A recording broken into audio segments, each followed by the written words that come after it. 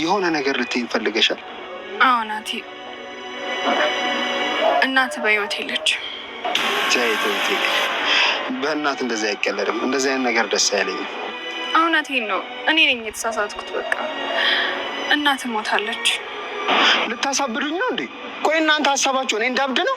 እናቴ ያለች የለችም? እዛ ክፍል ናት? የለችም።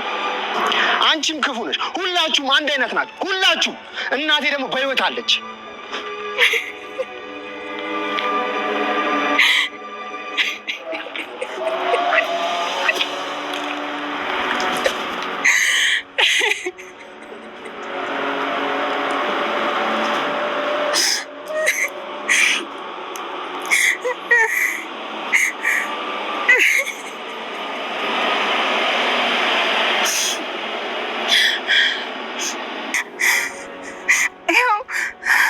የምትፈልጉትን ብያለሁ።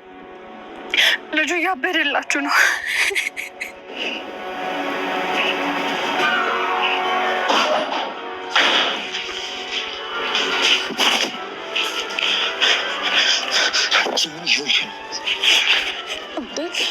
ናቲ ምንድን ነው?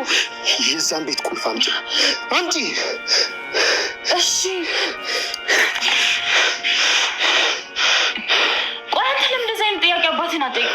ትዕግስቴን አትፈታተኝ። ሲጥ ሳላደርግሽ የዛን ቤት ቁልፍ ስጭኝ።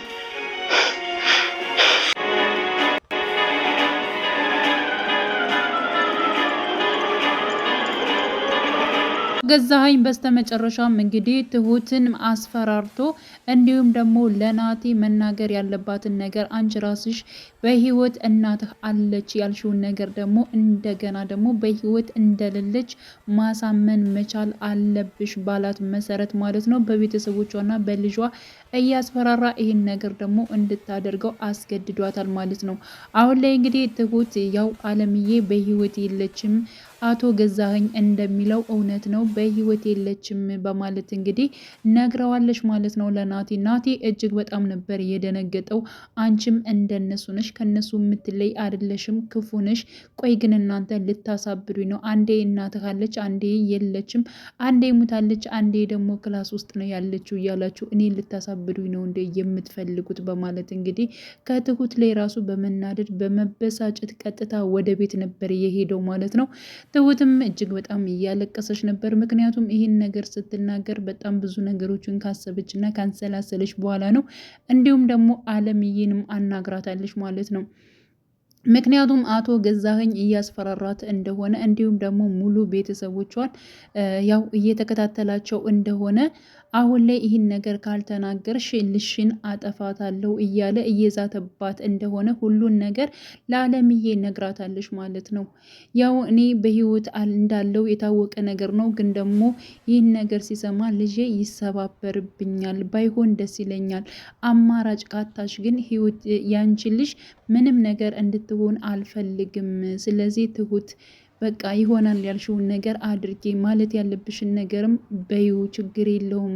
ያው ግን ልጄ በጣም ይጎዳል፣ ይሰበርብኛል፣ ግን ደግሞ ያንቺ ልጅ ምንም እንድትሆን በፍጹም አልፈልግም በማለት እንግዲህ አለምዬ ማለት ነው ለትሁት ተናግራለች። በነገራችን ላይ እንደዚህ ምክር እንድሰጥ እንደዚህ እንድሆን ጤነኛ እንድሆን እያደረግሽኝ ራሱ አንቺ ነሽ። እኔም ደህና ሁዬ አንቺን ማማከር ጀመርኩኝ አይደለ ትሁት በማለት እንግዲህ አለምዬም የተሰማትን ነገር እጅግ በጣም እንግዲህ እየተናገረች ትገኛለች። በትሁት ጉዳይ በእኛ ምክንያት እንደዚህ ተጨናነቅሽ፣ በእኛ ምክንያት እንደዚህ ተጎዳሽ፣ እኔ ምንም ነገር እንዲደርስብሽ በፍጹም አልፈልግም በማለት እንግዲህ እያንዳንዱን ነገር አለምዬም ማለት ነው ለትሁት እያዘነች ትገኛለች። ያው እንግዲህ የናቲ ጉዳይ ነው። ናቲ ትሁትን ላይረዳት ይችላል አሁን ላይ፣ ግን ደግሞ ቆይቶ የሚረዳት ጉዳይ ይሆናል ማለት ነው። ይህ ሁሉ ነገር የምታደርገው ለአለምዬና እንዲሁም ደግሞ ለሱ ለናቲ ብላ እንደሆነ የታወቀ ነገር ነው ማለት ነው። በነገራችን ላይ ትሁት ይህን ያክል ሰው ቤት እንድሰራና እንዲሁም ደግሞ ይሄው በቃ ቤተሰቦቿ የቸገራቸው ሆነው እንዳልሆነ እንግዲህ አቶ ገዛኸኝ በቤተሰቦቿ ጉዳይ አጣርቷል ማለት ነው። እንዲሁም ለቤቴ ሲናገር ሆን ብላ ወደዚህ ቤት የገባች ነው የሚመስለኝ። ምክንያቱም ቤተሰቦቿ በጣም ደህና ቤተሰቦች ነው ያሏተኝ፣ ያኔ ገንዘብ ሀብት አላቸው እና እሷ ዝቅ ብላ ከቤት ሰራተኝነት የምሰራበት ጉዳይ ምንድን ነው? ሆን ብላ ልታጣራ ነው ወደኛ ቤት የገባችው፣ ምናልባት ሰላይ ልትሆን ትችላለች በማለት እንግዲህ ለቤቲ ሲናገር ነበር። ቤቲ ግን ምንድነው ያለችው? ምክንያቱም ምናልባት ደግሞ እሷ እኮ የሰው እጅ ላፈልግ ትችላለች፣ ራሷ ሰርታ ማግኘት ስለምትፈልግ ይሆናል፣ የቤተሰቦቿን ነገር መጠቀም አትፈልግ ይሆናል፣ የዚያ ምክንያት ሊሆን ይችላል እንጂ ነገሮችን ወደ ሌላ ሁሉን ነገር መውሰድ የለብን በማለት እንግዲህ ለአቶ ገዛኸኝም ስትናገር ነበረ ማለት ነው። እና ያው እንግዲህ ትሁት የቤት ሰራተኝነት መርጣ ስትሰራ የነበረው ሁላችንም የምናውቀው ጉዳይ ነው ማለት ነው። ምክንያቱም ሰርቼ ምን ብዬ ልጄን አሳድጋለሁ፣ እንዲሁም ደግሞ ከዛ ከቤተሰቦቿ ይብን ራሱ ማለት ነው ወታ የመጣችበትን መንገድ ሁላችንም የምናውቀው ጉዳይ ነው ማለት ነው። ተመስገን አላስቀምጣት እያለ ነው እንግዲህ ከአባባ ጋር እንኳን የቤት ሰራተኝነት ስትሰራ የነበረው ማለት ነው። እና ከአባባ ጋር መቶ ተመስገን ሲከታተላትና ከኔ ጋር ነው የምትቆኘው እያለ ሲያስቸግራት ደግሞ አሁን ደግሞ ቤት ቀይራ እንዲሁም እሱ በማያውቀው ሰፈር በመሄድ እንግዲህ ከእናቶ ገዛኸኝ ቤት እንደገባች ሁላችንም እንግዲህ የትሁት ተከታታይ ድራማ ከመጀመሪያው ጀምሮ የምናውቀው ጉዳይ ነው ማለት ነው። እና ሰዎቹ ሲጎዱና ሰዎቹ ሲከፉ አይታ ዝም የማትለው ትሁት አሁን ላይ እንግዲህ ባለምዬና እንዲሁም ደግሞ በናቲ ጉዳይ እጅግ በጣም እየተጨናነቀች ትገኛለች ማለት ነው። እንዲሁም ደግሞ ቤቲ እጅግ በጣም አሁን ላይ ትሁትን ማለት ነው ያጠመደቻት እስከምትመስላት ድረስ ደስ ብሏታል። ምንድነው አንድ ሚስጥር ነው እንግዲህ እየሰማችው ማለት ነው። ቤቲ የትሁትን አንድ ሚስጥር ሰምታለች። ግን ደግሞ ትሁት ይሄን ያክል ሚስጥር ብላ አላዘችውም። ምክንያቱም እንግዲህ ልጇን አታፍርበትም። በሄደችበት ጊዜ ልጅ እንዳላትም ሲጠይቋትም ትናገራለች። ለአለምዬም ነግራታለች ልጅ እንዳለቻት ማለት ነው። እና ልጄን አላፍርባትም፣ በጣም ነው የምኮራባት፣ አንቺ እኔን ያሳፈርሽኝ ዝቅ ያደርግሽ ይመስሎች ነበር እንዴ እያለች እንግዲህ ስትናገር ስትመልስላት ነበረ። ቤቲ በጣም ነው ደስ ያላት። ምክንያቱም ትሁት ልጅ ካላት ናቲ አይወዳትም ከሚል አንጻር ይመስለኛል ማለት ነው ይሄን ነገር የተናገረችው ማለት ነው። እና አቶ ገዛኸኝ ደግሞ ያው ትሁትን በጣም ስትከታተላት እና ከትሁት ጋር የምትጣሉበት ጉዳይ ምን እንደሆነ ደግሞ ቆይቶ ለመድረስ እየሞከረ ይገኛል። ያ ማለት እንግዲህ ቤቲ በጣም ትሁትን እያሰቃየቻት ወይም ደግሞ እየተናገረቻት ትገኛለች። አንቺ ከናቲ መራቅ አለብሽ፣ ናቲና አንቺ አትመጣጠኑም እያለች እንግዲህ በተለያዩ ነገሮችን ማለት ነው ትሁትን በጣም ስጨቀጭቃት ነበረ። እንዲሁም አቶ ገዛኸኝና እንዲሁም ደግሞ ትሁት ቁጭ ብለው ሲያወሩ ትሁት ቤቲ ካጠገብ መሄድ አለባት፣ እኔ እናንተ ብቻ መነጋገር አለብን በማለት እንግዲህ ያው ቤቲን አስነስታት ነበር ማለት ነው። እና አቶ ገዛኸኝን ጭቅጭቅ አድርጋ ማለት ነው ቤቲ ያው ትሁት እናንተ ምንድነው ያወራችሁ? ስለምን ጉዳይ ነው? እኔ እኮ ሚስትህ ነኝ፣ ሁሉን ነገር ማወቅ አለብኝ ማለት እንግዲህ አቶ ገዛኸኝን ስታፋጥጠው ነበር። አቶ ገዛኸኝ አንቺና እሷ ችግራችሁ ምን እንደሆነ አላቅም፣ ግን ደግሞ እሷ ልጅ አላተኝ፣ በቃ አንድ የማታውቂው ሚስጥር ይህ ነው በማለት እሷ ራሱ ይሄማ ለእኔ በጣም ደስ የሚል ነገር ነው በማለት እንግዲህ ደስ ብሏታል። ምንድን ነው ይሄን ያክል የሚያስደስትሽ በማለት አቶ ገዛኸኝ እንትን እያለ ነበር ማለት ነው። እሷ ግን አይ ይህማ የኔ ሚስጥር ነው እያለች እንግዲህ እሷም ወታ በመሄድ እንግዲህ ትሁትን ስታስፈራራት ነበረ። ያንቺን የሆነ ሚስጥር አንድ ነገር ማለት ነው ሰምቻለሁኝ፣ ስለዚህ እኔ በልጭሻለሁ ማለት ነው፣ አንቺን የፈለኩትን ነገር ማድረግ እችላለሁ እያለች እንግዲህ ትሁት ጋር ሄዳ ስትዝትባት፣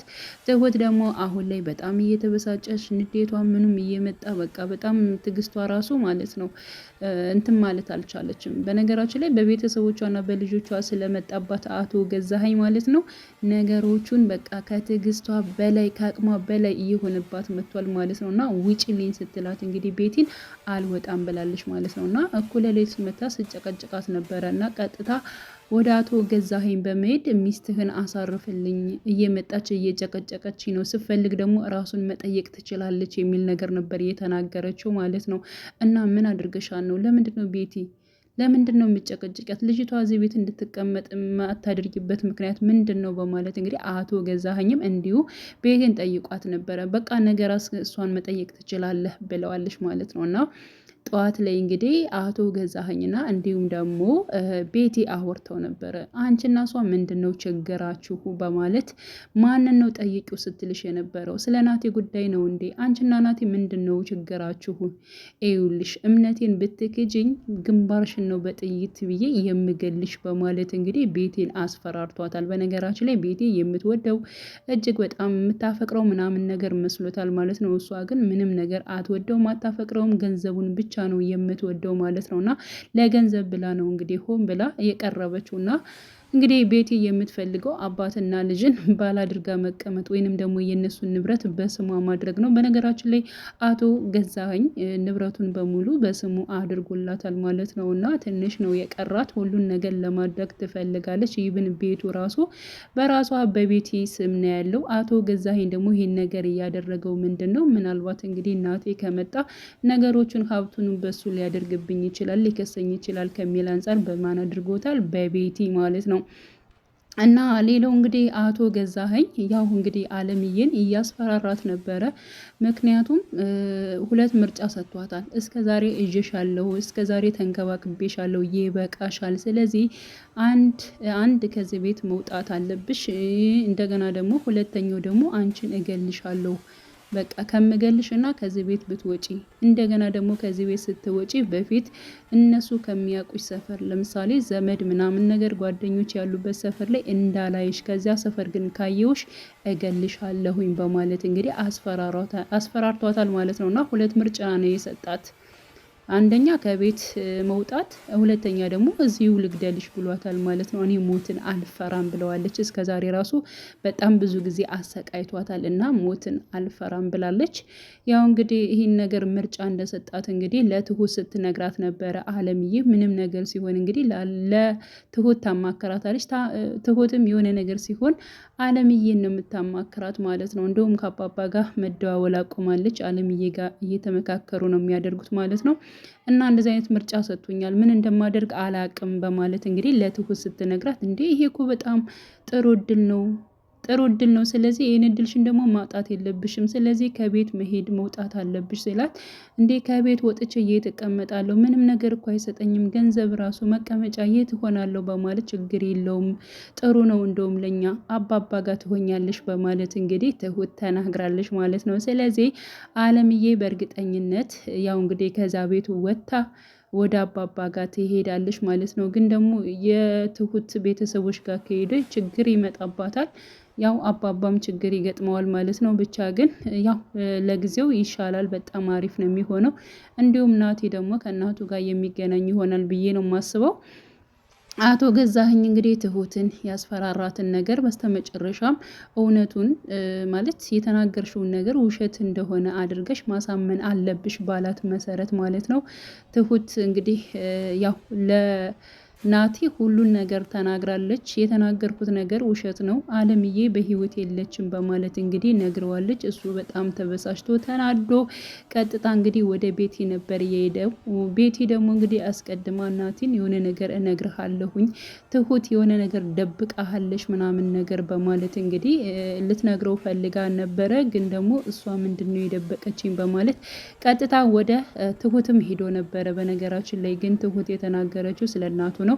እሱ ግን ያው ቤቲ የተናገረችው ደግሞ ልጅ እንዳላት ምናምን ነገር ያንን እንድትነግረው ስለፈለገች እንዲሁም ደግሞ ስለሚያፈቅራት ስለሚወዳት ማፍቀሩን መውደዱን እንዲተው ስለፈለገች ነው ያንን ነገር ሁሉ ስትናገር የነበረችው ማለት ነው።